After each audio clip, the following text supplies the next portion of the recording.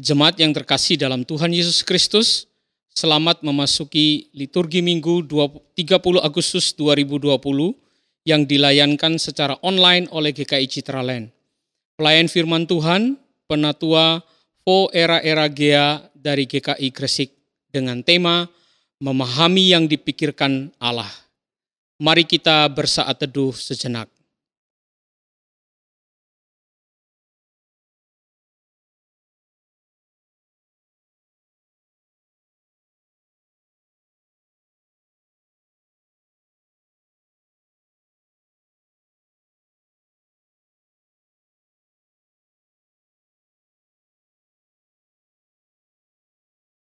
Jemaat yang terkasih, dimanapun kita berada, kita dihimpunkan oleh Allah, dipanggil bersekutu dalam hadirat-Nya. Mari kita datang bersatu padu menaikkan pujian, Hai Kristen nyanyilah.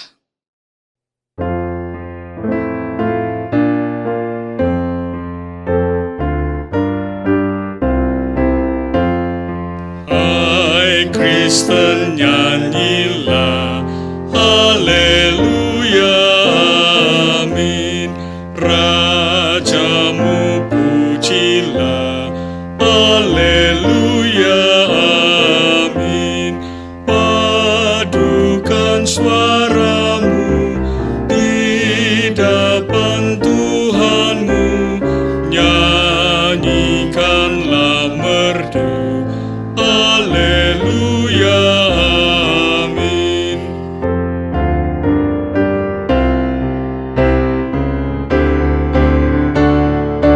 Hatimu angkatlah, haleluya, amin. Mari bersoraklah, haleluya, amin. Tuhan sahabatmu tinggal bersamamu, kasih-Nya pun teguh, haleluya, amin. Kita memasuki ibadah ini dengan satu pengakuan bahwa pertolongan kita datangnya dari Tuhan yang menjadikan langit dan bumi.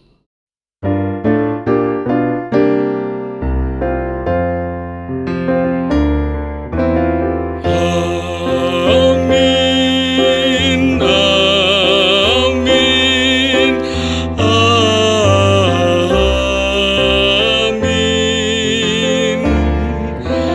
Amin,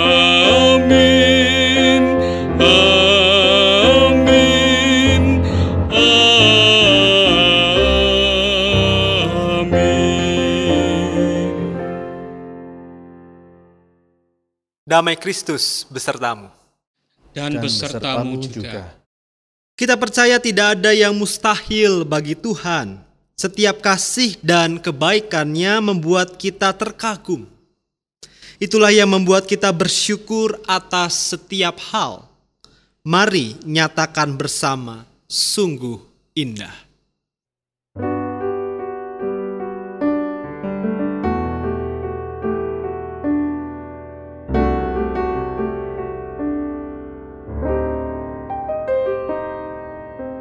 Kemanakah aku dapat pergi, menjauhi Roh-Mu yang suci, Kau sahabat, dan Kau dekat.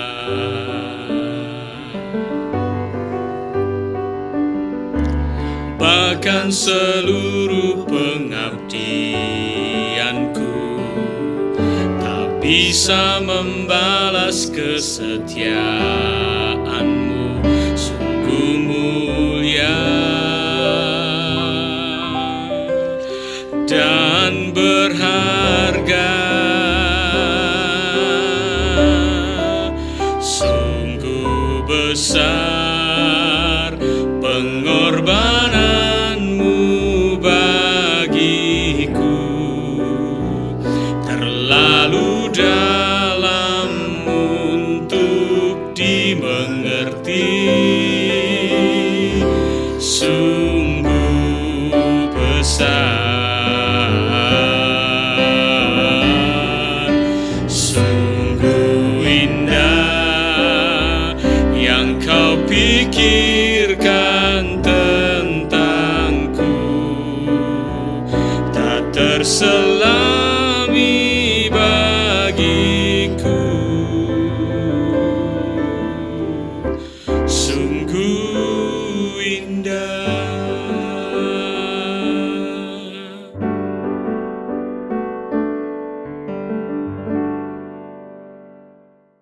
Jemaat yang terkasih, mari kita merendahkan hati di hadapan Tuhan, mengakui segala dosa dan kesalahan kita. Jemaat diberi kesempatan berdoa secara pribadi.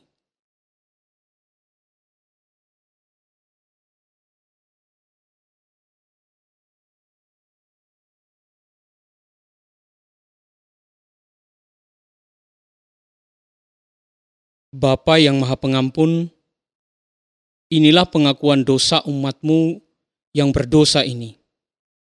Ajar kami untuk lebih dekat kepadamu dan mantapkanlah langkah kami. Dalam Kristus kami memohon pengampunan. Amin.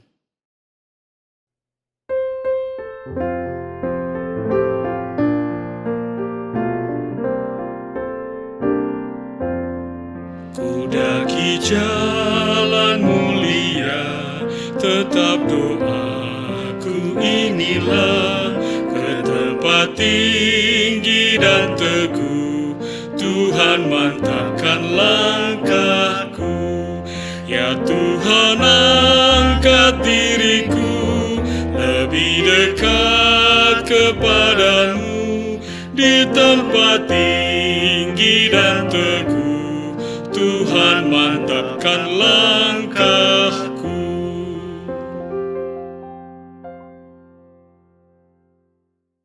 Umat yang dikasihi Tuhan, dengarkanlah berita anugerah yang dituliskan dalam 2 Korintus 5 ayatnya yang ke-17 sampai dengan 19a. Jadi siapa yang ada di dalam Kristus, ia adalah ciptaan baru. Yang lama sudah berlalu, sesungguhnya yang baru sudah datang. Dan semuanya ini dari Allah, yang dengan perantaraan Kristus telah mendamaikan kita dengan dirinya, dan yang telah mempercayakan pelayanan pendamaian itu kepada kami. Sebab Allah mendamaikan dunia dengan dirinya oleh Kristus, dengan tidak memperhitungkan pelanggaran mereka. Demikianlah berita anugerah dari Tuhan. Syukur kepada Allah.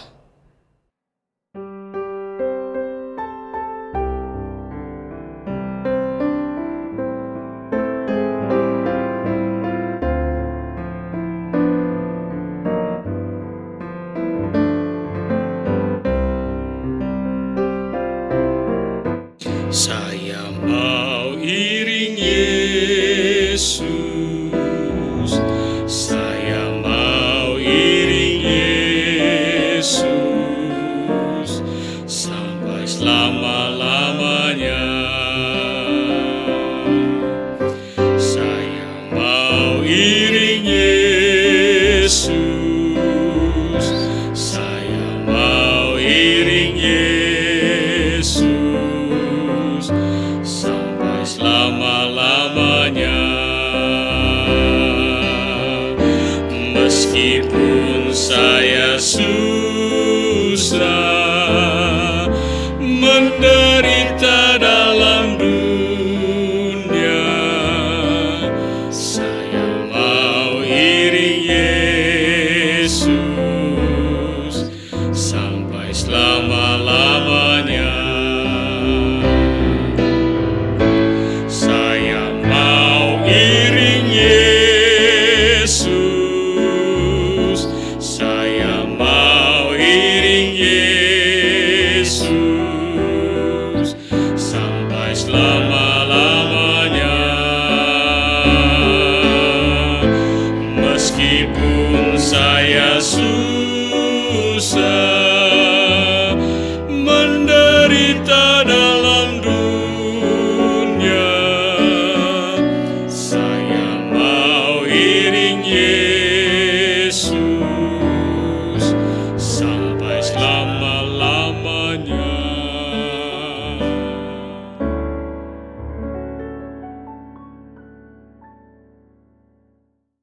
Sebelum bersama-sama kita mendengarkan sabda Tuhan, mari kita bersatu dalam doa.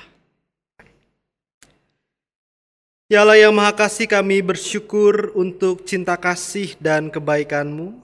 Kami bersyukur untuk kesempatan ketika kami boleh bersama-sama beribadah. Meskipun kami menyadari ibadah yang kami langsungkan ini masih secara daring.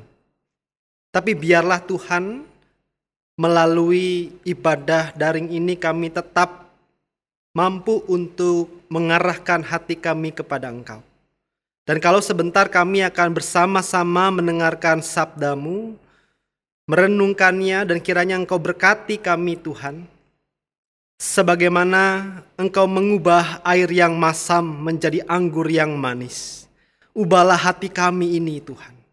Yang masam, yang hambar, yang tawar menjadi yang manis. Yang dipenuhi dengan firman.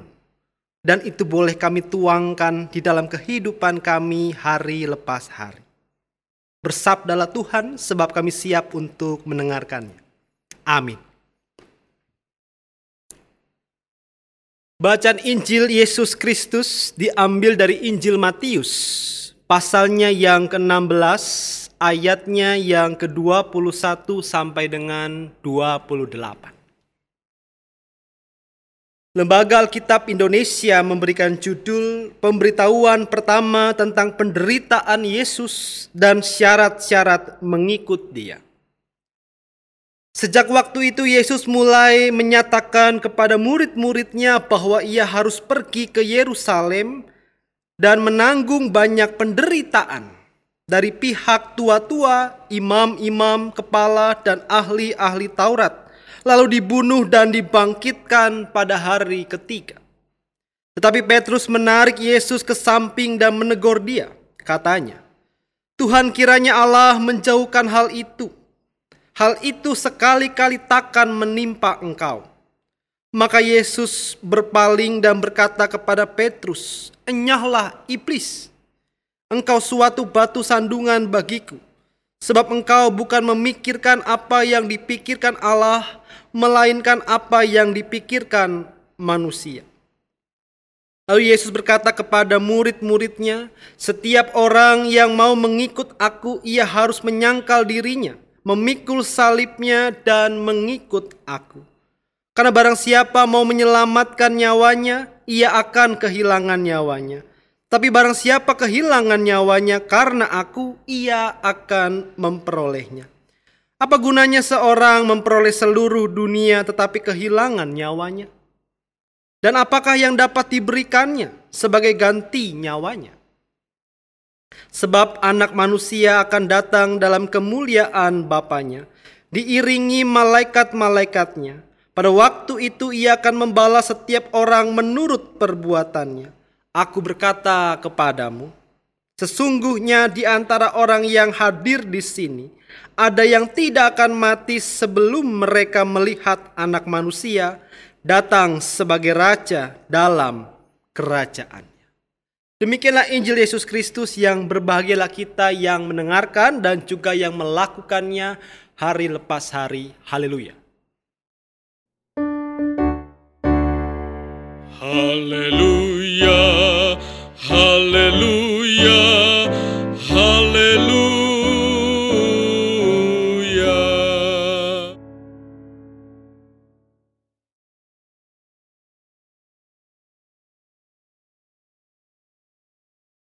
Salam sejahtera bagi kita semua umat GKI Citraland. Suatu kegembiraan ketika saya boleh diberi kesempatan untuk dapat memimpin ibadah meskipun dalam suasana online. Saya Penatua Vo RRGA dan saya melayani di GKI Gresik. Dan pada hari ini kita akan bersama-sama menggumulkan sebuah tema memahami yang dipikirkan Allah. Karena itu kita diundang untuk terus-menerus mengerjakan panggilan kita, yakni mampu untuk memahami apa yang dipikirkan Allah.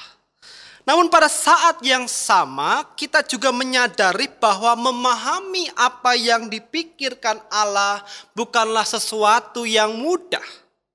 Bapak Gereja John Calvin pernah mengatakan, "Finitum non capax infiniti," yang berarti yang terbatas tidak mampu menampung yang tak terbatas. Manusia yang terbatas tidak mampu memahami pemikiran dari Sang tak terbatas itu, yaitu Allah. Jangankan memahami apa yang dipikirkan Allah, memahami sesama saja itu bukanlah sesuatu yang mudah. Seringkali terjadi miskomunikasi ketika kita itu berupaya untuk memahami pemikiran sesama kita. Misalnya suami dan istri. Suami mengajak sang istri untuk kemudian mari yuk kita makan malam di luar sekali-kali biar romantis. Ya. Dan kemudian sang istri mengiyakan tawaran itu. Dan ketika sang suami bertanya, kamu mau makan di mana? Dan si istri menjawab, terserah. Disitulah kemudian sang suami itu harus berpikir keras apa yang kira-kira diinginkan sang istri. Lalu sang suami mengatakan, ya sudah kalau terserah, bagaimana kalau kita makan di restoran yang agak mahal sekali-kali kan gak apa-apa. Lalu sang istri menjawab, enggak lah. Ngapain makan mahal-mahal, mending uangnya untuk ditabung. Lalu sang suami, oke, kalau emang kamu tidak mau. Kalau begitu bagaimana kalau misalnya kita makan rawon ya di perempatan lampu merah. Ya. Lalu kemudian sang istri menjawab, enggak. Sang suami berkata, kenapa? Kenapa enggak mau? Sang istri bilang, makanannya sih enak. Cuman itu loh. Baru 1 sendok, 2 sendok sudah datang pengamen. Baru mau pergi kalau dikasih. Nanti sudah pergi datang lagi. Pajaknya terlalu mahal. Gak usah lah. Sang suami dengan jengkel gitu ya. Lah ya kamu maunya apa? Gitu ya. Tadi bilangnya terserah. Diajak ke sini gak mau. Diajak ke situ gak mau. Jadi serba salah, akhirnya ribut, memutuskan sudah kalau begitu makan di rumah saja. Atau hal lainnya. Ketika misalnya di rumah, di tempat meja kerja sang suami, istri itu berinisiatif untuk membereskan meja kerja sang suami. Kenapa? Karena dilihatnya ada banyak kertas-kertas dan nota-nota yang menumpuk berserakan tak beraturan. Pikirnya barangkali suaminya menjadi semakin cinta kalau misalnya sang istri ini dengan inisiatif membereskan meja kerjanya. Tanpa pikir panjang, sang istri kemudian membereskan meja kerja sang suami. Dengan pedenya, dengan semangatnya. Dan ketika sang suami datang, masuk untuk melihat meja kerjanya, alangkah terkejutnya sang suami. Terkejut bukan karena senang, tetapi karena semakin pusing. Melihat meja kerjanya sudah bersih. Dan ketika suami bertanya, kemana kertas-kertas dan nota-nota yang ada di meja itu? Sang istri dengan girangnya mengatakan, sudah aku buang. Padahal kertas dan nota-nota itu sangat penting sekali. Dan alhasil terjadilah ribut. Sang suami menyalahkan istri. Si istri yang mengatakan kepada suaminya, kamu ini kok gak bersyukur sudah diberesin. Wah dan sebagainya. Akhirnya menjadi ribut. Memahami pemikiran sesama saja sulit. Lalu bagaimana kemudian kita itu memahami apa yang dipikirkan Allah? Sekali lagi ini bukanlah hal yang mudah. Bahkan dalam bacaan kita, Petrus yang sudah lama mengikut Yesus saja dapat gagal memahami apa yang dipikirkan Yesus. Padahal kalau kita perhatikan misalnya bacaan sebelumnya, ayatnya yang ke-13 sampai dengan ayatnya yang ke-20, di situ kita bisa menjumpai ketika Yesus bertanya, siapakah aku ini? Ya. Dan kita bisa melihat bahwa Petrus itu menjawab bahwa engkau adalah Mesias, anak Allah yang hidup. Dan karena pengakuannya itu Petrus lalu diberikan kunci kerajaan sorga. Diberikan otoritas untuk menjadi mitra Allah. Mengerjakan misi Allah bersama-sama. Lah jadi kalau pada kisah sebelumnya kita bisa melihat Petrus itu begitu disanjung. Namun ternyata pada bacaan selanjutnya, bacaan kita Matius 16 ayat 21 sampai 28, justru Petrus gagal memahami apa yang dipikirkan Yesus. Kenapa bisa seperti itu? Kalau kita perhatikan bacaan kita, di dalam ayat yang ke-21, sejak waktu itu Yesus mulai menyatakan kepada murid-muridnya bahwa ia harus pergi ke Yerusalem dan menanggung banyak penderitaan dari pihak tua-tua, imam-imam, kepala dan ahli-ahli Taurat, lalu dibunuh dan dibangkitkan pada hari ketiga. Disitulah Petrus sesegera merespon.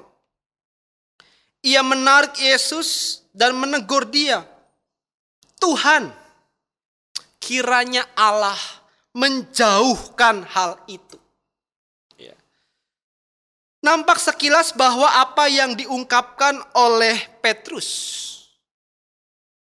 itu seperti sangat baik. Ya, sekilas seperti sangat baik. Ya, sangat berempati.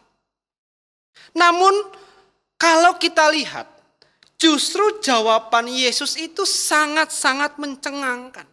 Ketika Petrus mengatakan Allah akan menjauhkan hal itu dan sekali-kali itu tidak akan terjadi, Yesus malah berpaling dan berkata kepada Petrus, "Enyahlah iblis, engkau suatu batu sandungan bagiku." Itu jawaban yang kemudian mengagetkan sekali.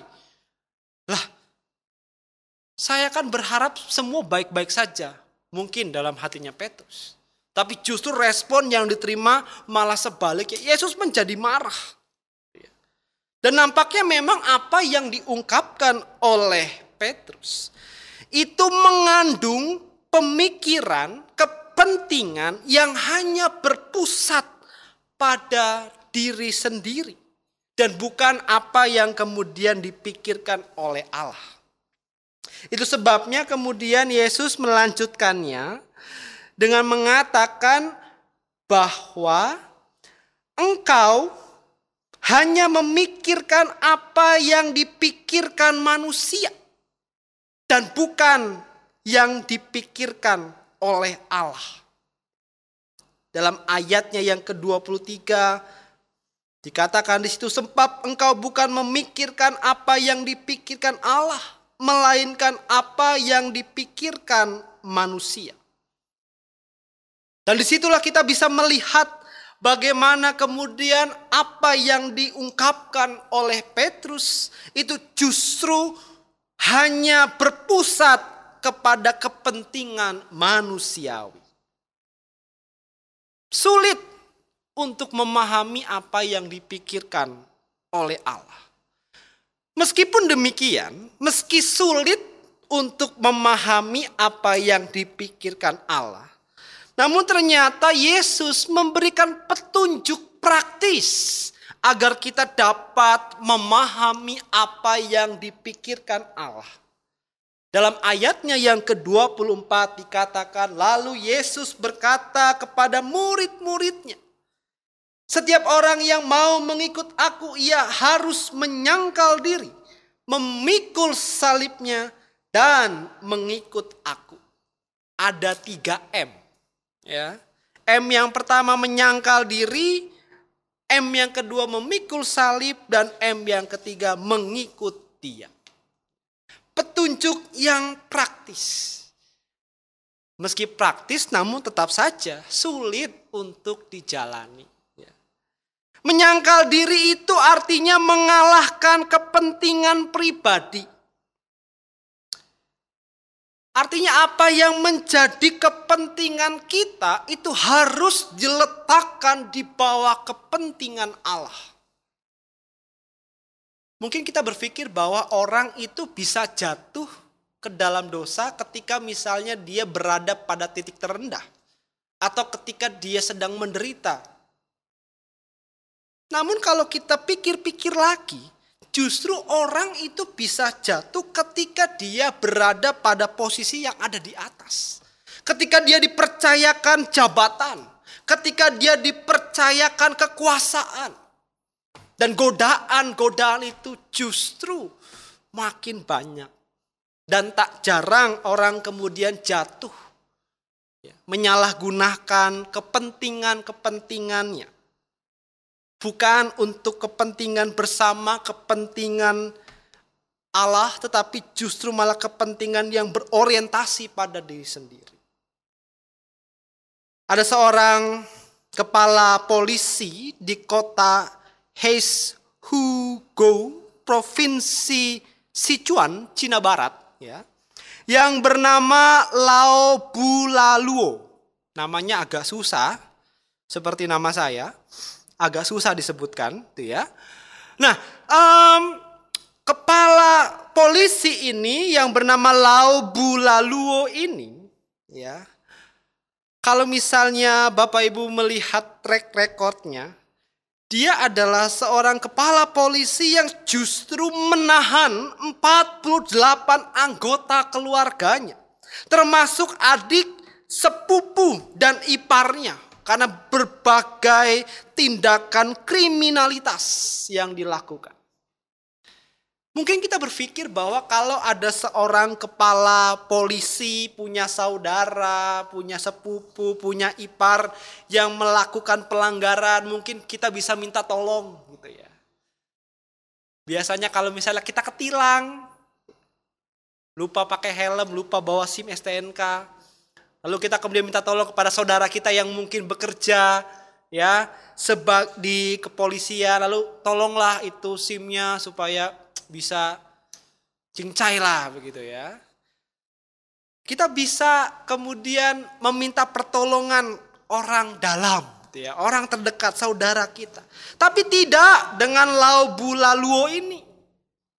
Ada saudaranya, ada keluarganya yang punya atau melakukan tindakan kriminalitas, justru langsung ditahan. Gak ada, mau kamu adik, mau kamu sepupu, mau kamu ipar, kamu salah, tetap salah. Tidak ada kemudian orang dalam atau semacamnya. Maka menyangkal diri itu berarti mengalahkan kepentingan pribadi. Bahwa apa yang ada pada diri kita, tugas dan tanggung jawab kita itu diberikan seutuh-utuhnya demi kemuliaan nama Tuhan. Tidak menyalahgunakan jabatan. Dan itulah menyangkal diri. Sesuatu yang kita harus terus upayakan. Itu M yang pertama. M yang kedua adalah memikul salib. Apa itu pikul salib? Pikul salib, memikul salib adalah kesediaan untuk menanggung kesulitan. Karena atau konsekuensi dari menyangkal diri itu. Kita harus bersedia untuk menanggung kesulitan. Saya berimajinasi mungkin si kepala polisi yang bernama Lao Bulaluo ini barangkali dibenci oleh keluarganya. Karena justru malah menahan sanak saudara sendiri. Dan itulah salib yang harus dipikul oleh si Lao Bulaluo ini. Barangkali ketika kita juga menjadi atau memutuskan untuk percaya kepada Kristus, tentulah ada salib yang harus kita pikul. Seorang teolog Jepang yang bernama Kosuke Koyama, di dalam bukunya Tidak Ada Gagang pada Salib, itu merefleksikan bahwa salib itu tidak seperti muk atau tas koper atau ember yang punya gagang, yang dengan mudah kita bisa menggenggamnya. Tidak ada gagangnya. Lalu harus diapakan? Dipikul. Salibnya itu harus dipikul. Bayangkan ya, kita memikul salib di pundak kita. Kita tidak menentengnya. Dan itulah konsekuensi kita ketika kita mau terus memahami apa yang dipikirkan Allah. Menjadi pengikut Kristus tidaklah mudah. Dan tak jarang loh kalau misalnya dalam kehidupan sehari-hari sebagai pengikut Kristus itu kita disalah-salahkan. Bahkan disalahkan karena sesuatu yang bukan kita lakukan. Barangkali kita masih akrab dengan peristiwa yang baru-baru ini terjadi, yaitu tentang kontroversial spanduk HUT RI 75. Ya. Yang memahami pasti tahu bahwa ada yang mengatakan bahwa spanduk HUT RI 75 itu ada salibnya, ada upaya kristenisasi. Ya. Padahal bukan kita yang melakukan, tapi kita kena imbasnya dan disalah-salahkan. Saya yang lahir dari kecil sudah jadi orang Kristen, dibaptis anak, disidi mengaku iman percaya, masuk sekolah teologi, diteguhkan jadi penatua, dan sekarang melayani di GKI Gresik. Saya tidak melihat adanya unsur kristenisasi di dalam spanduk itu. Dan karena itu saya hanya mau mengatakan kepada mereka yang menyebut ada salib, ada kristenisasi dan sebagainya, berbahagialah. Karena engkau yang tidak mengenal Kristus justru bisa melihat salib di spanduk HUT RI 75 itu. Sementara saya tidak mampu untuk melihat itu. Jadi orang Kristen memikul salib bukanlah sesuatu yang mudah. Barangkali kita termarginalkan, didiskriminasi, dan sebagainya. Namun itulah konsekuensi ketika kita harus memikul salib. Dan itulah cara bagaimana kita berupaya untuk memahami apa yang dipikirkan oleh Allah. Yang ketiga, mengikut Yesus. Mengikut Yesus berarti mengikut teladan Yesus. Artinya apa? Apa yang dilakukan oleh Yesus itulah yang kita lakukan. Dan karenanya kita menjadi miniatur-miniatur Kristus.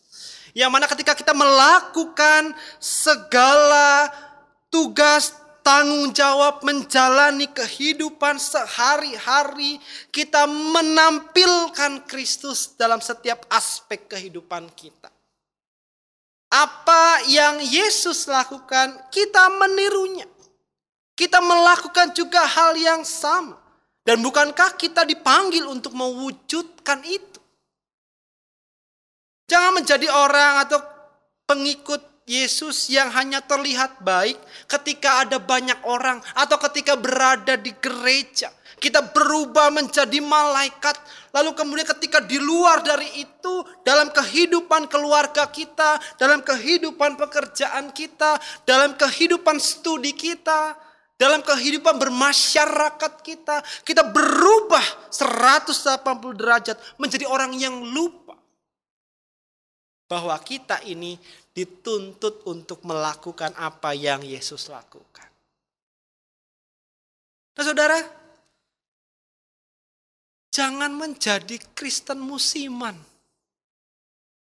Hari Minggu menjadi malaikat, Senin sampai Sabtu, entah apa namanya. Lupa kalau kita dipanggil untuk mengikuti Yesus. Mengikut Yesus menyerahkan totalitas kehidupan kita kepada Dia. Sang Pencipta kita. Bapak Ibu Saudara yang dikasihi Tuhan, kita adalah orang Kristen yang belum selesai. Artinya apa? Ketika kita melakukan menyangkal diri, memikul salib, mengikut Yesus, itu bukanlah sesuatu yang instan. Bukanlah sesuatu yang kemudian hanya berhenti pada titik di dalam kehidupan kita. Tidak seperti itu. Itu adalah proses yang selama-lamanya, seumur hidup. Karena memang kita adalah orang Kristen yang belum selesai. Kita mengupayakan itu terus dalam kehidupan kita. Tidak mudah, tapi bukan berarti tidak mampu. Dan karena saya mau mengajak kita, mari kita memahami apa yang dipikirkan Allah. Untuk mau terus-menerus hidup, menyangkal diri, memikul salib, mengikut Yesus. Dan disitulah kita sedang belajar untuk memahami apa yang dipikirkan oleh Allah. Ingatlah bahwa kita itu dipanggil untuk terus-menerus menghadirkan Kristus. Selamat untuk menyangkal diri, selamat untuk memikul salib, dan selamat mengikut Yesus. Taat dan setialah, sebab Tuhan setia terhadap kita. Tuhan memberkati. Amin.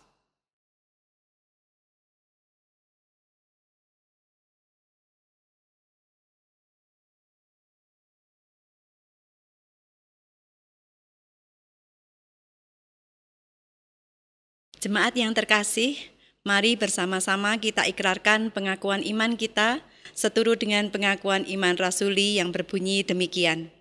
Aku percaya kepada Allah, Bapa yang Maha Kuasa, Khalik langit dan bumi, dan kepada Yesus Kristus, anaknya yang tunggal Tuhan kita, yang dikandung dari Roh Kudus, lahir dari anak darah Maria, yang menderita sengsara di bawah pemerintahan Pontius Pilatus, disalibkan, mati dan dikuburkan, turun dalam kerajaan maut. Pada hari yang ketiga, bangkit pula dari antara orang mati, naik ke surga, duduk di sebelah kanan Allah, Bapa yang Maha Kuasa. Dan dari sana ia akan datang untuk menghakimi orang yang hidup dan yang mati. Aku percaya kepada Roh Kudus, gereja yang kudus dan am, persekutuan orang kudus, pengampunan dosa, kebangkitan orang mati, dan hidup yang kekal. Amin. Umat yang dikasihi Tuhan, mari kita menaikkan syafaat kita, mari kita berdoa. Ya Allah yang Maha Kasih, kami bersyukur untuk kebaikan dan cinta kasih-Mu. Kami bersyukur untuk sabda-Mu yang boleh mengajak kami untuk senantiasa memahami apa yang Engkau pikirkan. Karena itu biarlah Tuhan ajar kami senantiasa untuk mau terus menyangkal diri kami, memikul salib kami, dan dengan setia mengikut Engkau. Dan biarlah Tuhan di tengah-tengah perjalanannya, biarlah Engkau berjalan bersama dengan kami, karena kami menyadari bahwa tanpa-Mu kami tidak akan mampu. Dan dalam syafaat ini juga kami mau berdoa Tuhan untuk Jemaat GKI Citraland di tengah-tengah karya layannya. Kiranya Engkau terus memberkati kehadiran GKI Citraland ini, sehingga boleh menjadi berkat bagi lingkungan di sekitar, menjadi sahabat bagi mereka. Pun begitu juga Engkau berkati Pendeta Samuel Ismayanto selaku hamba-Mu di tempat ini, pun juga dengan rekan-rekan penatua, para aktivis, para karyawan, juga anggota dan simpatisan GKI Citraland. Kiranya Engkau terus-menerus memberkati mereka. Dan Engkau juga Tuhan memberkati setiap mereka. Bila mana ada yang memiliki pergumulan, baik mereka yang juga harus terpapar COVID-19 dan di dalam masa pemulihannya, Tuhan kiranya Engkau berkati mereka. Berikan mereka semangat dan terus pengharapan agar mereka boleh dengan setia mau berproses, mau dengan sabar untuk dapat menjalani setiap apa yang harus dilakukan agar mereka menjadi pulih seperti sedia kala. Pun juga dengan keluarga-keluarga yang juga harus memberikan dukungan, biarlah juga mereka Engkau berikan kesabaran di dalam mendampingi, merawat setiap mereka anggota keluarga yang terpapar. Bagi keluarga yang ditinggalkan, yang Engkau panggil mereka, kiranya penghiburan dan kekuatan yang berasal daripadamu boleh tercurah bagi mereka. Pun kami juga berdoa bagi setiap kami yang mengalami pergumulan karena harus di PHK atau mengalami pemotongan penghasilan. Biarlah Tuhan mereka boleh terus semangat di dalam menjalankan tugas dan tanggung jawabnya. Mereka tidak menyerah dengan keadaan. Tapi lebih dari itu mereka justru menjadi semakin semangat, lebih kreatif dan inovatif untuk dapat terus berkarya di tengah-tengah pandemi ini.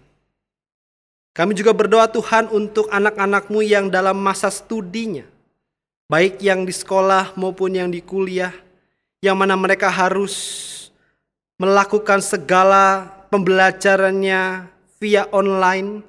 Kiranya Tuhan berkati, agar setiap prosesnya boleh berjalan dengan baik dan seturut dengan kehendak-Mu. Kiranya Tuhan, Engkau memberkati setiap jaringan yang digunakan. Mereka yang tidak memiliki kuota, kiranya Tuhan mencukupkan mereka. Utuslah kami Tuhan untuk menjadi berkat bagi mereka yang membutuhkan. Dan kami juga berdoa Tuhan untuk bangsa dan negara kami. Para pemimpin kami Engkau berikan hikmat. Engkau berikan mereka kesabaran di dalam menghadapi setiap pergumulan bangsa dan negara kami. Baik yang ada di pusat maupun yang ada di daerah-daerah. Kami percaya Tuhan, Engkau bekerja bersama dengan mereka untuk mendatangkan kebaikan. Dan biarlah juga kami boleh Engkau undang untuk terus ikut ambil bagian di dalam mengerjakan misi Engkau di tengah-tengah dunia ini. Kami menyerahkan Tuhan, hidup kami hanya ke dalam tangan pengasihan. Di dalam nama Bapa yang kami kenal melalui Kristus di dalam persekutuan Roh Kudus, kami berdoa dan kami juga mengucap syukur. Amin. Tiba saatnya kita memberi persembahan sebagai wujud syukur kita atas pemeliharaan Tuhan. Persembahan dapat ditransfer ke rekening GKI Citraland atau melalui QR Code. Mari memberi dengan sukacita, sambil mengingat sabdanya dalam 1 Tesalonika 5 ayat 18. Mengucap syukurlah dalam segala hal, sebab itulah yang dikehendaki Allah di dalam Kristus Yesus bagi kamu.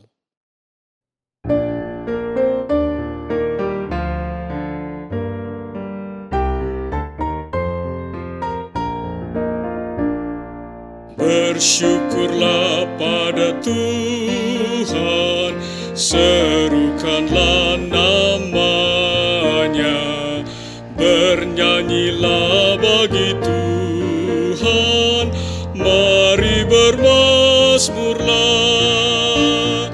Pujilah Tuhan jiwaku, pujilah namanya. Bernyanyi seumur hidupku. Mari kita menyerahkan persembahan kita di dalam doa. Kami menghadap Tuhan membawa persembahan kami, terlebih diri dan hati kami. Kami persembahkan kepadamu sebagai ungkapan syukur atas pemeliharaanmu di dalam kehidupan kami. Hanya di dalam Kristus kami berdoa. Amin.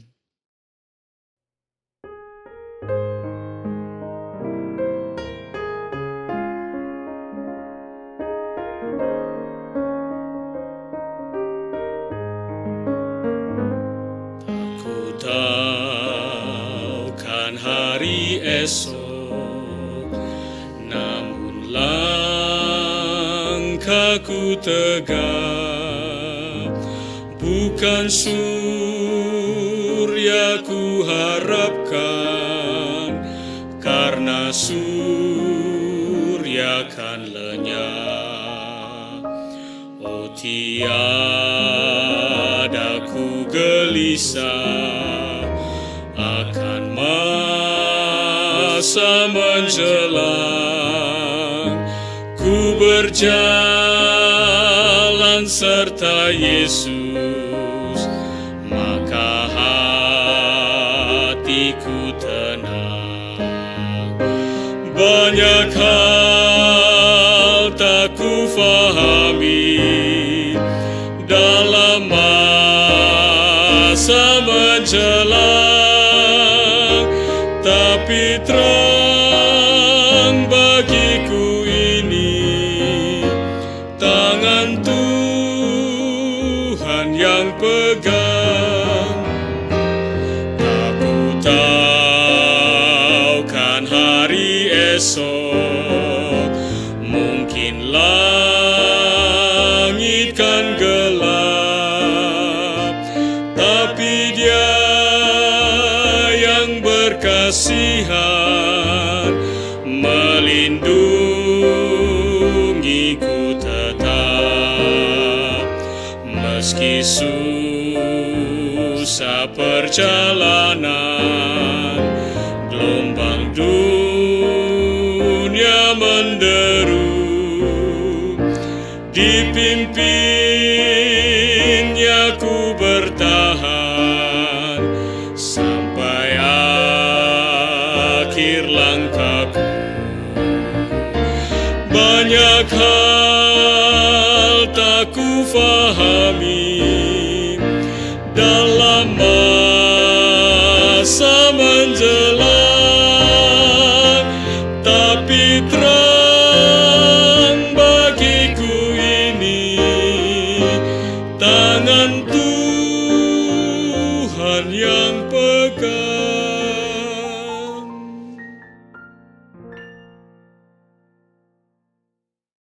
Umat yang dikasihi Tuhan, kembalilah dalam kehidupanmu sambil tetap mengarahkan hati kepada Tuhan dan mari memohon berkat darinya. Tuhanlah penjagamu, Tuhanlah naunganmu di sebelah tangan kananmu. Matahari tidak menyakiti engkau pada waktu siang atau bulan pada waktu malam. Tuhan akan menjaga engkau terhadap segala kecelakaan. Ia akan menjaga nyawamu. Tuhan akan menjaga keluar masukmu dari sekarang sampai selama-lamanya. Amin.